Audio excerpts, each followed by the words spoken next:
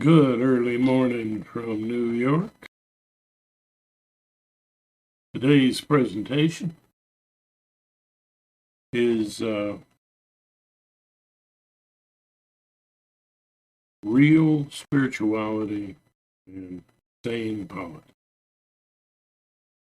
So, joining me in the channel soon will be an activist in politics who knows how to organize local parties and very, very interesting fellow. Also a practitioner of forms of what some would call mystic practices. He does, I believe it's a form of Zen, and he's well aware of practices that we've helped to create and name. So as that we've created a kind of creative meditation that involves, if you listen to things I've said before, it involves forms of empathy and simple non-ego awareness. And yeah, but and you might call us mystic, but we are very rational people, and so we are believers that real spirituality is not so much what you talk about as what you do. And politics is a very important part of that because it brings people, it's an attempt to bring people together in a democracy. And there's politics outside of democracy. But sane politics brings people together who have a sense of real empathy, not just for themselves, but for others, for their country, and for the world. And they're all over the world. Mike and I are guys in the United States. We're working all the technicalities out. Well, it was kind of new at this, but yeah, we're going to do it. We're going to do it. And so it doesn't do very much for you if you only improve, your own skills of empathy and non-ego awareness. This is, you can sit on a mountain somewhere and do nothing. But that kind of practice, if you're really doing it, then you will naturally want to communicate with empathy and awareness with people around you. And this can be put to work very effectively for politics. And what is real spirituality? Well, at the core, spirituality, regardless of any religious belief surrounding it or the absence of it, is about love. Love connects to need. And need, well, sometimes when you get your needs met, you build up a kind of trust. And that trust can be damaged when your needs aren't met. And So in politics, we try to make sure that needs are met, that there isn't that damage in the first place, that we're taking care of women throughout their pregnancy and giving them choices and making sure that any baby born is going to be as healthy as possible and fed after that, and educated after that and helped, because that's our future, and real love cares about the future, cares about future generations. It isn't just about what can I buy with my dollar today. It's about, although that's important, it's about having a government that cares, that does something for the people. And in this country, that's, we'll discuss that later. But yeah, that's, so you've got to have real love, and you've got to have rational politics, sane politics.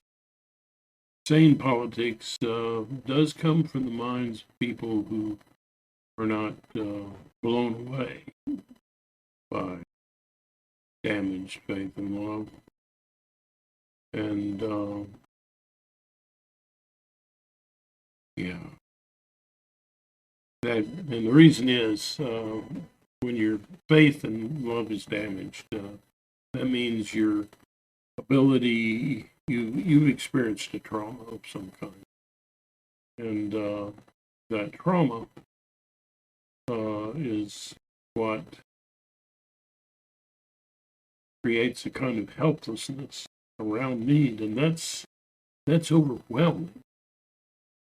That causes so much anxiety that it becomes actually painful.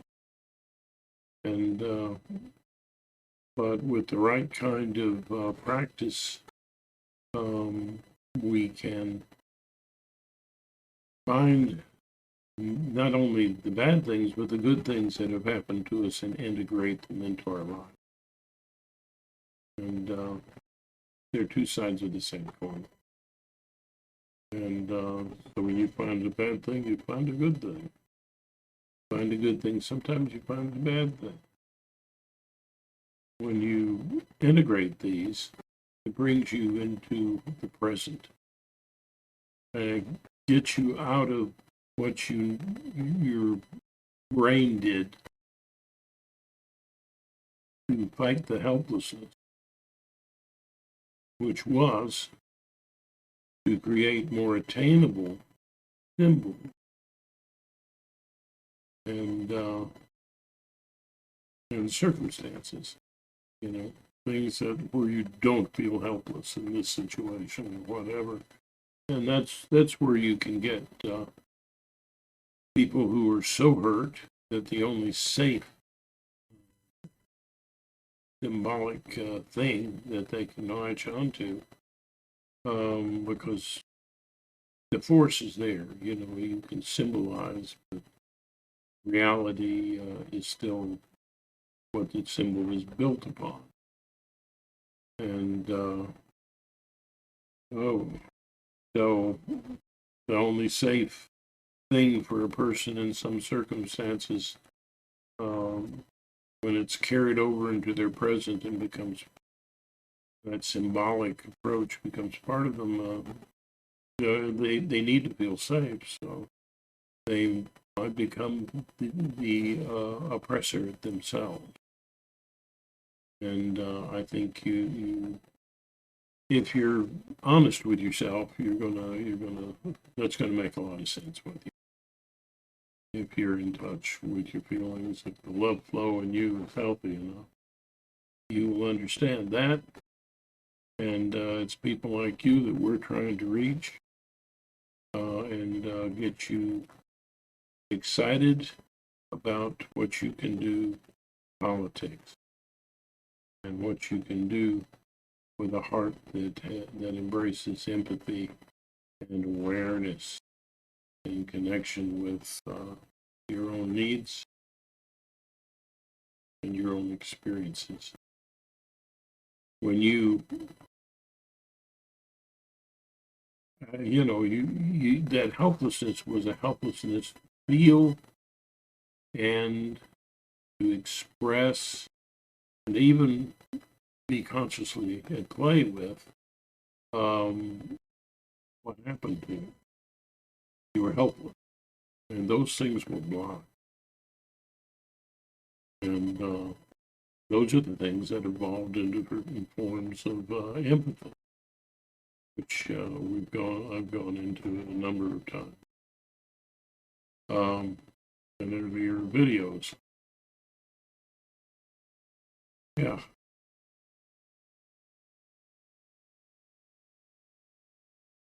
So the point is, just in general, try to live a more empathetic and aware life. Do you have to use the practices that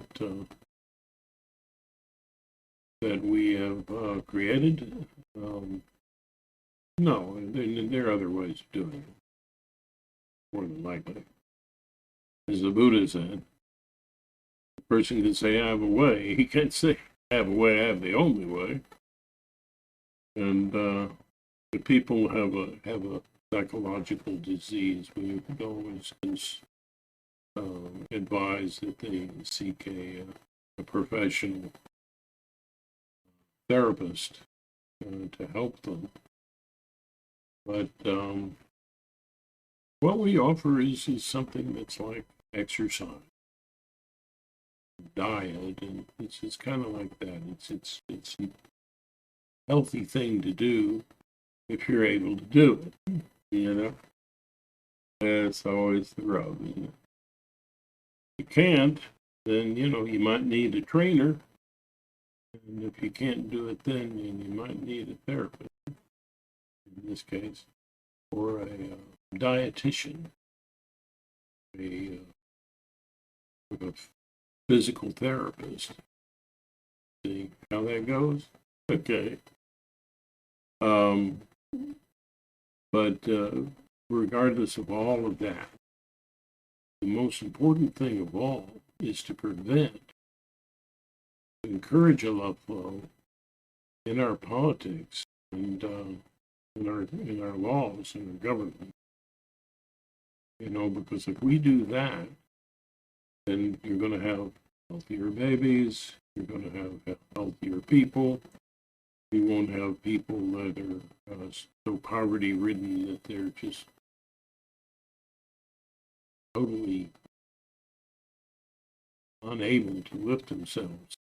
As the great Joe Biden said, we need to expand the economy from the middle out to the bottom up.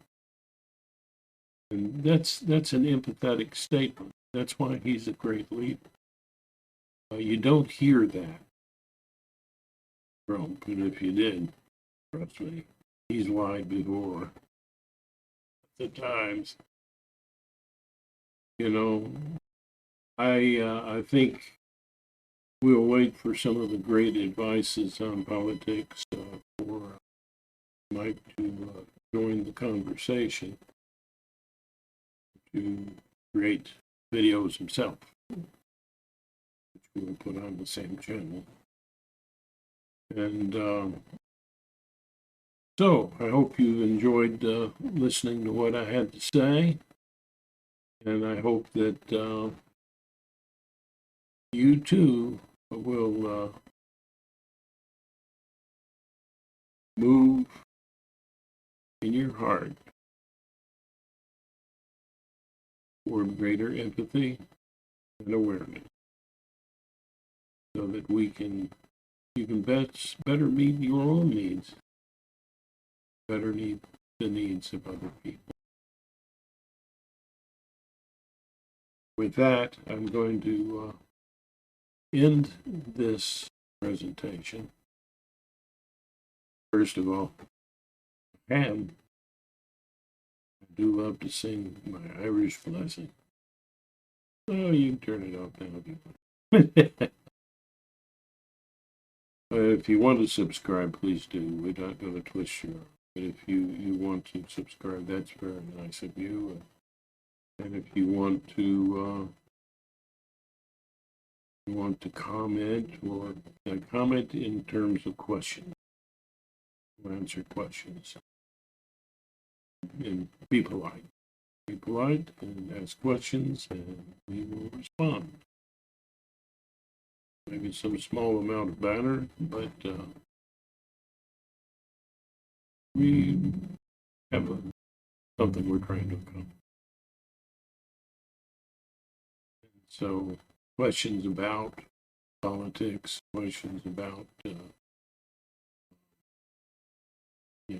sources, or our own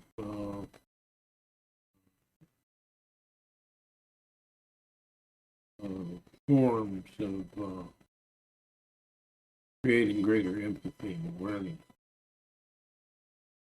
Just the awareness itself, if you're just relaxing, you will become more empathetic. This, according to the great doctor of biology,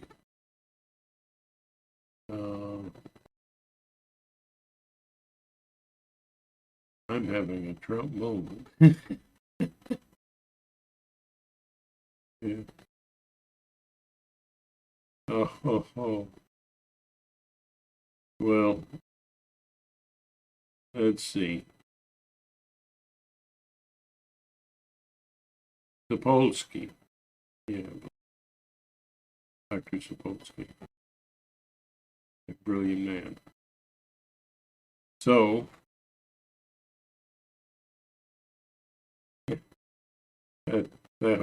I hope we can avoid as much as possible in our lives any Trump moments, because that's not the way things should go. And it's not about having some momentary lapse of memory, stumbling because you have a speech impediment. It's about where your heart is. And, it's about what a politician is aiming to do. So, it's not just about what a politician can do for us, about what we can do.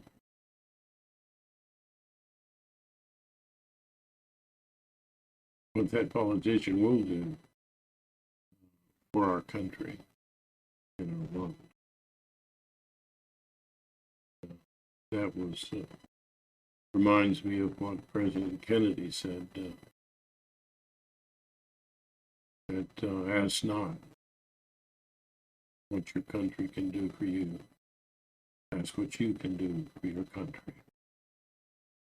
So we're asking for a few brave hearts to join this movement of empathy and awareness, sane politics. We hope that you will. We hope that you will understand.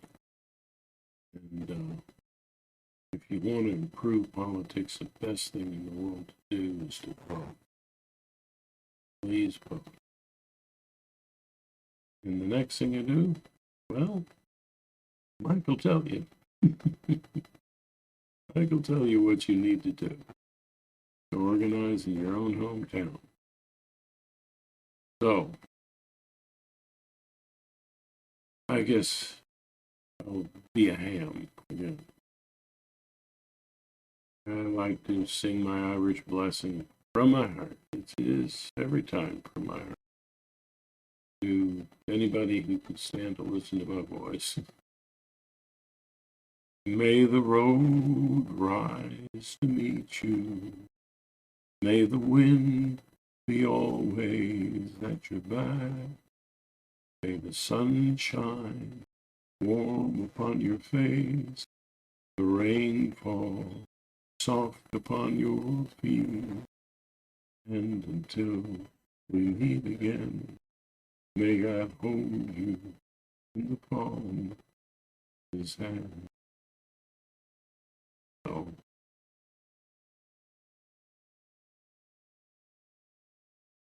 and I always like to say namaste at the end. It's just a word that means that all that potential for love flow that joins us with the whole universe and that we're all a part of, that that lives in each of us, and has the potential to grow. And wow, from that part of me, that part of you, I would like to give honor. The word to do that is namaste. So we'll, we'll see if that stays with our presentations forever. But that's just from me. So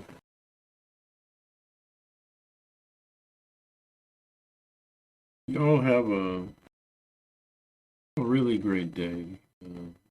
If you're not, make it a great day. Be a hero of love. The story and the movie of your life. You won't regret it. Make a great day.